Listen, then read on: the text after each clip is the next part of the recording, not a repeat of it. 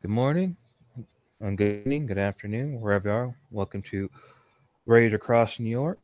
And this particular scene, after many hours of travel, a pair of young people are riding with a particular individual to New York, closer to the area of Central Park. One of the young men, a rather appealing fellow, has a just relatively solemn look compared to his more eager fellow as he's taking a drag out of his cigarette. The one in glasses simply looks out into New York with a numb look on his face, just waiting to arrive at this sept of the green. Your travel through New York was fairly fast until you hit the city proper. Then, William, is it the kinfolk you're with? Yes. No, so sorry. You'll be traveling with another Garu though. However, and yeah, he will have been given instructions. Do you have a name for him, or shall I just make one up? Uh, well, let's call him Oscar. Let's go. His name will be Oscar. Uh, known to the nation as Shadow Strike, and he, yeah, basically turns and says, "The message we got said we have to take you to a cafe called Red Bones. Order the ribs, and then we wait. Got that? Yeah, whatever. I'm here to drop you off. Nothing else. The only reason I'm doing this is a favor to your dad. I'm well aware. Thank you for reminding me. You're only a cub. I keep that sarcastic tone out of your voice. This is the front lines. They likely won't brook her any insubordination, even if I'll, they are only gnars. I'll do my best to. It's not like it was my reasoning to be here in the first place. Yeah, well. And he shrugs. And yeah, you will walk onto Central Park. It is beginning to get late, but as you kind of walk through, the sept you're from was a rural sept, correct? Yes. Yeah. So the city to you is even Tolarian side is this fascinating and terrifying place all at once. The first thing that hits you is the smell. You can almost smell the worm, or at least think you can. And the noise and just the absolute lack of Gaia here. If you ever try and sense across the gauntlet, push your uh, knowing that you can push yourself through, you can feel out in the cairn that you were at, out in the wilderness. It's often easiest to slip like from water back or air into water and vice versa. Whereas here it would be more like thick ooze you'd have to push yourself through. But you walk onto Central Park, and that feeling is slightly mitigated. The park itself is smells of nature, and although you can see that many of the trees are planted and well maintained, there's no real wilderness here. There is a reverence for Mother Gaia. And you see bankers stressful on their telephone, shouting and screaming, and then hanging up, storming onto the park, and almost it looks like a weight is lifted from their shoulders. It's this place of solace, and this place of connection to Mother Nature, however tenuous for the population of this giant urban scar. And you walk onto the sept. The man you're walking with more or less just ignores you, and he takes you to a to a restaurant. It is called Redbone's Steakhouse. This is where he's been told to drop you off. So that's what he does. He walks in, orders some food, and then goes to sit in the corner. He says something briefly to a large bearded man behind the counter, who gives you a quick look, looks you up and down, and then nods and walks into a back room. And you go and take a booth, the far end of the place, away from anybody else, so no one could overhear you. As Haviga sits into the booth, he'll kind of lace his fingers together, and if there's a window, he'll look out through the window, but it's less like he's really trying to see the city and more just trying to think of a place to keep his face from looking into the crowd and just staring off. First time in a scar?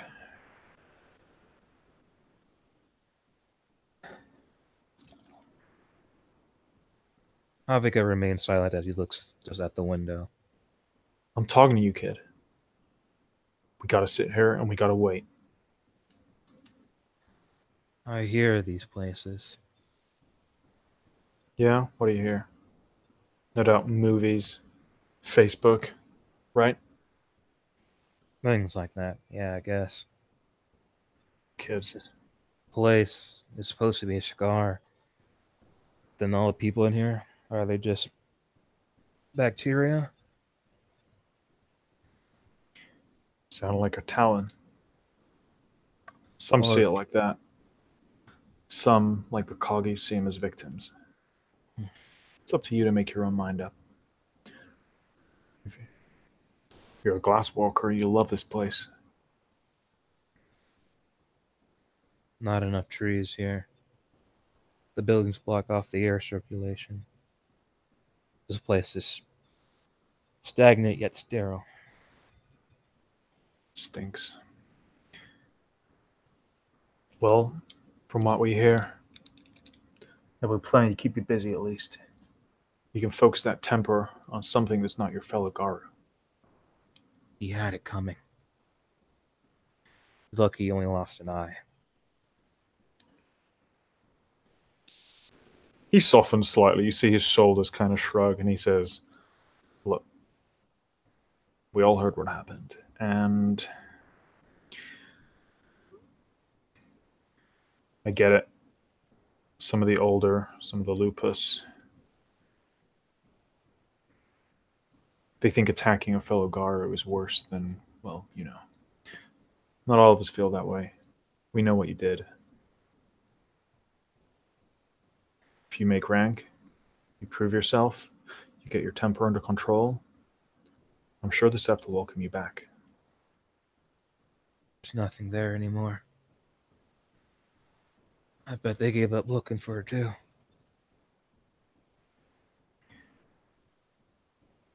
He opens his mouth as if to say something and then just kind of shuts it.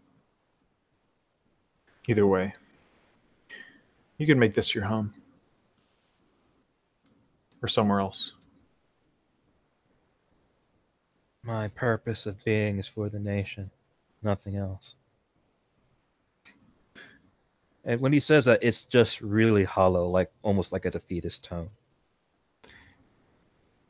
He smirks at that slightly. Maybe if you say that enough times, you'll begin to believe it. It's why I'm here. Wasn't for that, I wouldn't exist.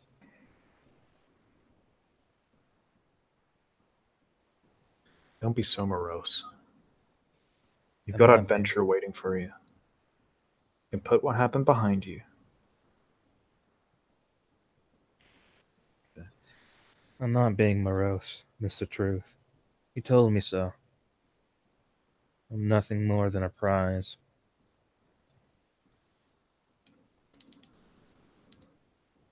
Could be worse. You could be no nobody. Could be some shit kicker kinfolk.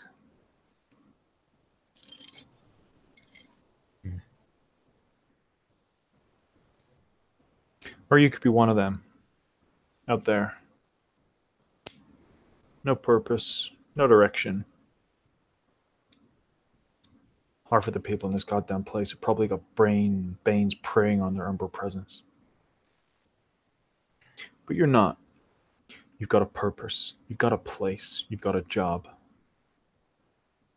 You know you're useful. You're a goddamn werewolf. So don't get wrapped up in your own ego. Stay here, do your job, learn a thing or two. Yeah? Havika nods to it. And once you've done that, you can decide to try work out the meaning of life. As he says this, a small lady walks into the restaurant. She's wearing a big kind of like woolly jacket, but still has the bandana or the beadwork kind of head wrap that identifies her. And yeah, she comes in and she's maybe like 4'10". She's tiny, and or even shorter, and she basically glares at the large bearded man behind the counter, and he kind of like almost cowers slightly and just points over to you two. And she walks over. This the one then? Havika will just say, yes.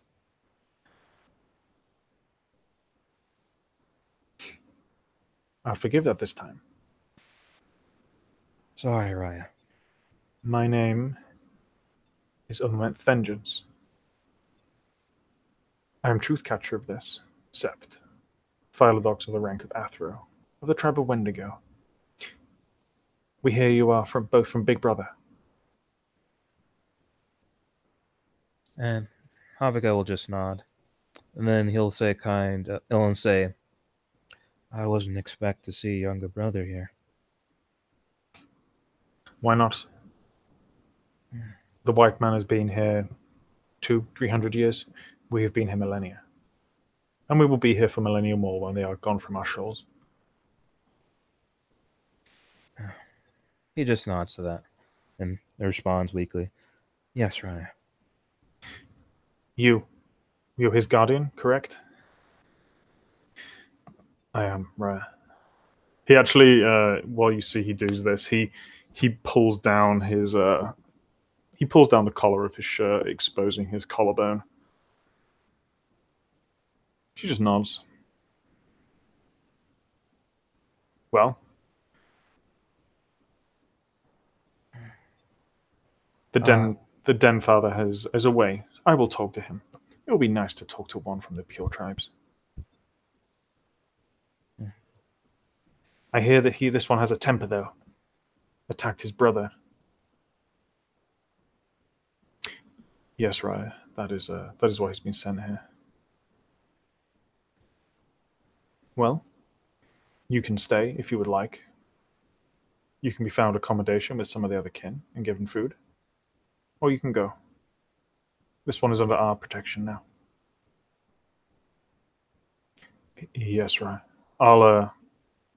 I'll leave you two to it.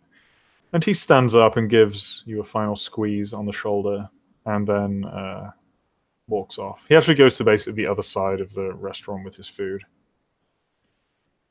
And she sits down. And as that coincides, a plate of ribs is bought for you.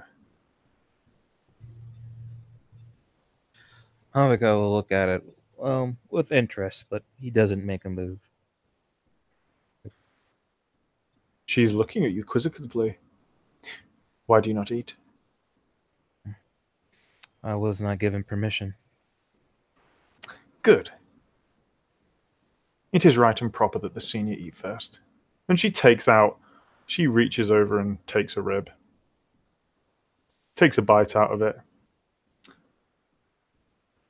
These worm comers use so much sugar and preservatives. And then she just pushes the plate towards you. He'll begin eating it slowly, and as he takes off a bite, he simply says, and simply says, "The war comers do what the war comers do." It is true. I would not use that word too much around here. They get very touchy. They think a few words are equal to genocide, taking our cairns. They get very offended, say we should forget. The truth is the truth. I may agree in the sense that in the end we're all children of Gaia and we need to work together. But saying that they didn't do what they did to us, that's Of course. stupid and ignorant. They wish for us to forgive and to forget. I say, why did they not give us a reason? If they wish the bad blood to be gone, why do they make no effort on their part? They simply wish us to forget what happened. But either way, we must put our duty to Gaia first. Yes, Raya, as he takes another bite. So, explain to me what happened on your sept.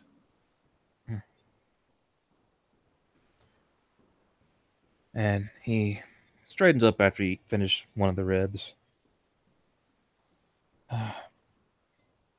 You know my name, right? Pretend I do not. Practice your formal introduction. I am Havika Grant. And he uses this particular term. He says, Cooney of the nation, child of Tobias Grant, and Cooley of tribe of Tina. You are not Uktena yet, however, I get your point. I'm muddled, as we all are. Tis a pity that older brother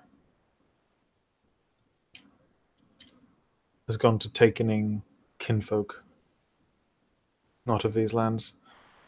I see something in you. Your heritage is not entirely First Nations, correct?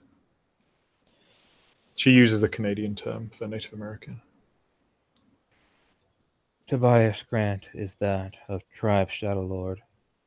Garu, Galliard. My mother was kinfolk. He earned her. Earned her. Took her, I imagine. My homeland on the island south in the oceans. They were plagued by Fomori. They needed assistance. The Shadow Lords arrived first. They saw potential in my mother. They asked if they were able to remove the blight from their lands, that they would have her. Typical. Always wanting something in return.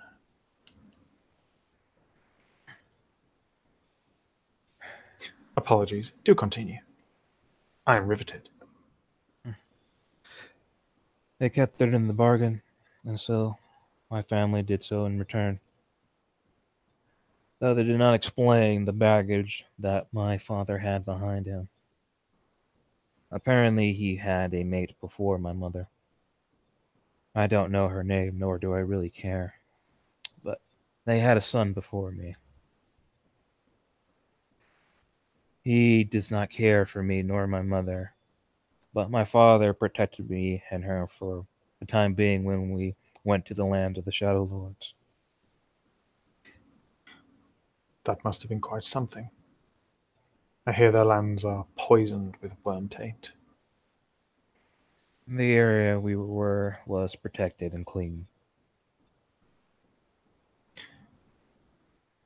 This is the brother that you had your incident with, correct?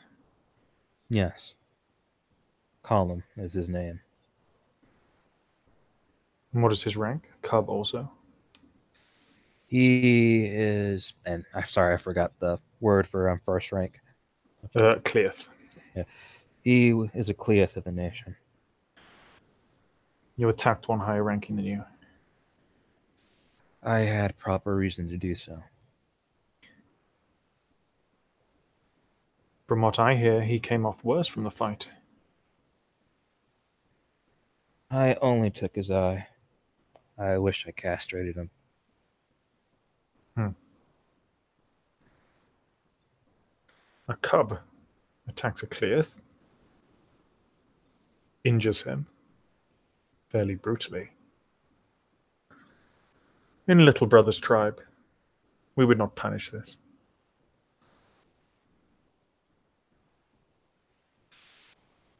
As far as I know, him and that sept cared for my father's first wife greatly. They saw it as an insult when he married my mother. Saw it as an insult that I was born. There was one, though, that didn't look poorly upon me when I lived there. No? Yes. Jaina. She was a woman that lived in the sept. We were similar in age.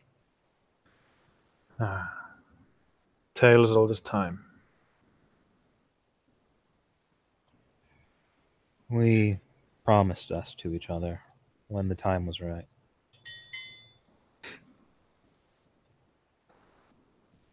She snorts slightly.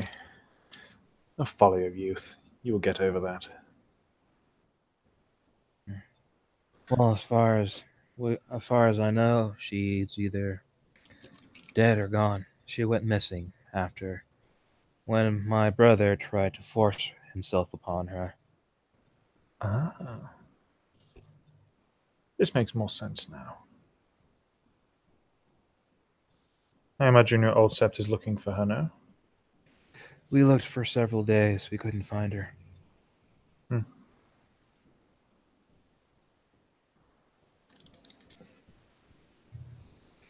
Well, abuse of kinfolk is deserving of punishment, certainly.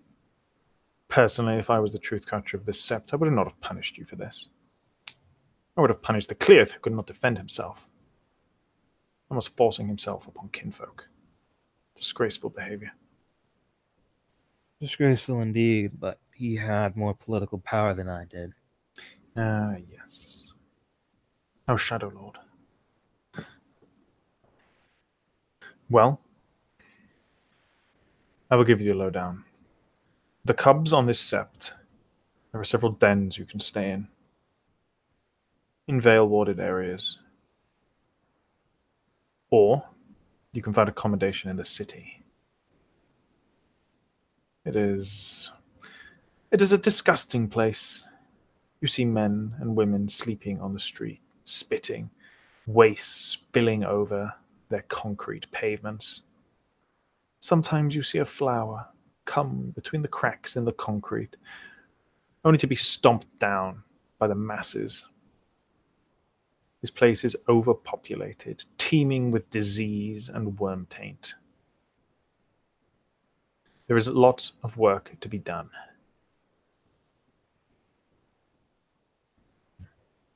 And this is our auspice's job to make sure it is done correctly. He nodded at that. I do not want a repeat of your performance. Do not attack other Garu. If there is provocation, you must set a good example, even as a cub of our auspice. You go and fetch somebody of higher rank. Me, the Wormfoe, the Warder. You understand? There is a spark of irritation and disappointment, but he nods.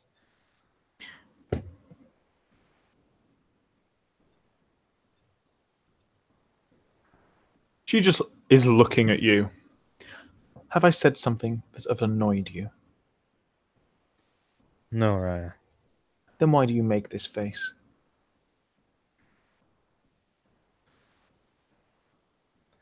Forgive me. My pride came before me. It won't happen again. Pride is for Fenrir. Open your hand. Give me your palm. I said I would tolerate it once. You must learn. He looks around mainly just to see if anybody's watching this conversation. But You're on the far side of the restaurant. No one's really paying you attention. Yeah, they don't have any reason to really be looking over, and you're kind of secluded in a corner. okay. But as he does a quick once over, he puts his hand forward. His face is resolute, but in his eyes there's definitely definitely thing of fear on in his eyes. She takes your hand, grasping it by the wrist. For her size and her kind of like elderly demeanor, she has a much stronger grip than you would expect. And with her other hand, she takes out a small flint knife from one of the pockets of her jacket. Hold still. He doesn't move. He just watches her. I want you to focus on the pain. I want you to remember the lesson. Understood? He simply nods. Punishments are not meted out for brutality. They are meted out so that we and others can be better, Garu. The lesson must be learned. And she takes it and draws deeply over the palm of your hand, the sharpened flint, cutting into it as much as any hardened steel, and slicing open your hand. I would like you to make a willpower test. We'll do it in extra dice roll of 1 for now, as I believe you can access that one correct. No, I do not have permissions. Oh, that's inconvenient. Well, okay, just role play it. Do you think he would flinch or be okay? No, he would gasp a bit in pain and trying to keep his face straight, though he grimaces as the blade cuts through his palm. But he doesn't scream, doesn't wail. It's just that Focus. small that small gasp of pain. Focus on the pain.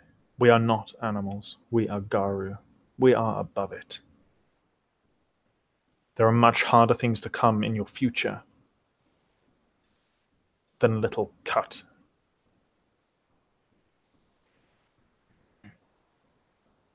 Yes, Raya. Good. She takes out a piece of cloth decorated with Inuit embroidery. She hands it to you. My 6th daughter makes these for me, a new one every month. I have plenty of them. Keep this. Bind the wound. He'll begin to tie it tightly around where the wound is, and watching his movements, it is practice. Like he knows maybe a bit of medicine. If Mhm. not, he's been hurt before.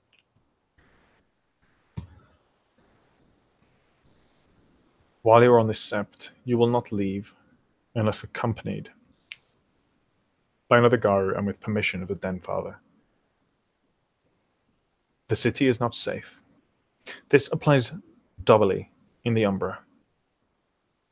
Staying within the bournes of the park, you will find it a pleasant place. You can go to the sheep fields. There are many spirits. You will enjoy it. However, out in the city is a different story. The Weaver is ascendant here, as is the Worm. The Wild has little ability to assert itself.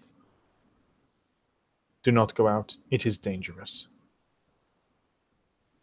If you are thinking of doing something stupid, like running away, I recommend you do a Telerian side. We will find you either way, of course, but at least you've got a less chance of dying. Aside from this, the totem of the sept is Great White Mouse. Do not kill any vermin within the boundaries of the sept, or he will become angered, and you will suffer censure.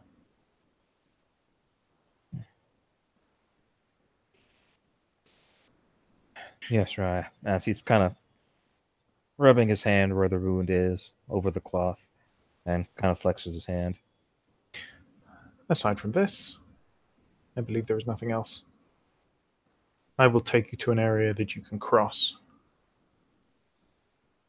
You will be over the next few days. shown several places on Sept where you can cross easily and privately. I reckon there are, I believe, no other cubs on the Sept at this time. So be respectful to all Garou you meet. But as long as Vice the Weak doesn't say otherwise, feel free to meet them.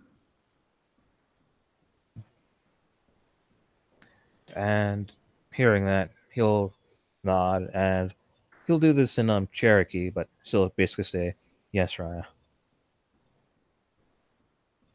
She just looks at you. I recognize the tongue, but I do not speak it. Fine, Novgorod in the north. I know. We speak Inuktitut. He nods to that. But it is good that you have not forgotten where you're from, despite your time in the Wormlands. I lived on the island for half of my life before I went to that place. My Good. mother and my grandfather taught me the languages of my people. This is good. Do not forget them. Yes, Raya. You have Weaver tokens to pay for this, I presume? You've been left with a small amount of money to kind of get you over. He nods. Good. Then I will leave you. Some of the kin will show you where you can cross. The man behind the counter runs this. He is a Fenris stock, but... well, he knows how to keep his mouth shut at least. Yes, Raya. Am I to be expected to arrive on Sept lands within the hour? Sorry, what was that?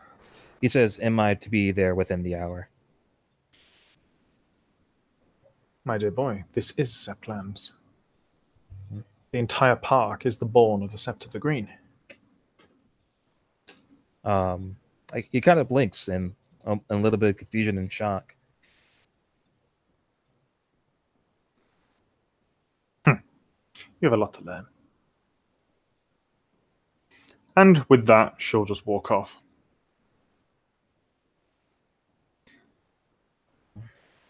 And yeah, walk out of the place. You see that there was a few large, kind of like Inuit or Native American looking men that were kind of waiting by the door for her, and she walks off and they just like kind of begin walking behind her. And with this, Shadow Strike, who came with you, I'm going to leave you here now, kid. Some of the other kin are going to take you on to the other side. You going to be okay? I will do what's expected of me. Don't be so goddamn morose. New York City. Legends of the nation are made here. This is the Silver King's old sept. Do you know that? And he shakes his head, but he doesn't speak. Yeah, well, I'll say hi to your dad for you.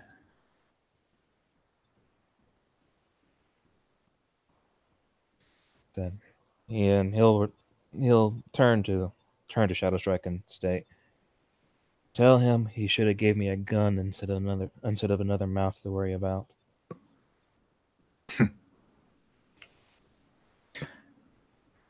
You look after Will. I hear he's my 7th cousin 3 times removed or some shit. I don't know. He's a good kid. Yeah, I spoke to him before. Well, said, but his main purpose, as far as I assume Tobias would bring him here or give it to me. I hear his family owns some surplus stores in this place and get supplies here. See, you're already thinking. Look at the upside. You work on your sunny disposition, kid. We'll see you soon. And he'll walk out of the bar, leaving you on your own in a strange place. The only person you have met so far slashed your hand open with a knife. The towers of Manhattan looming over the park, and you've never felt so alone. And I think we can call that scene. Unless you want to do something. Nope. Thank you, players, for playing. Thank you, watchers, for watching. Have a good morning, evening, or afternoon.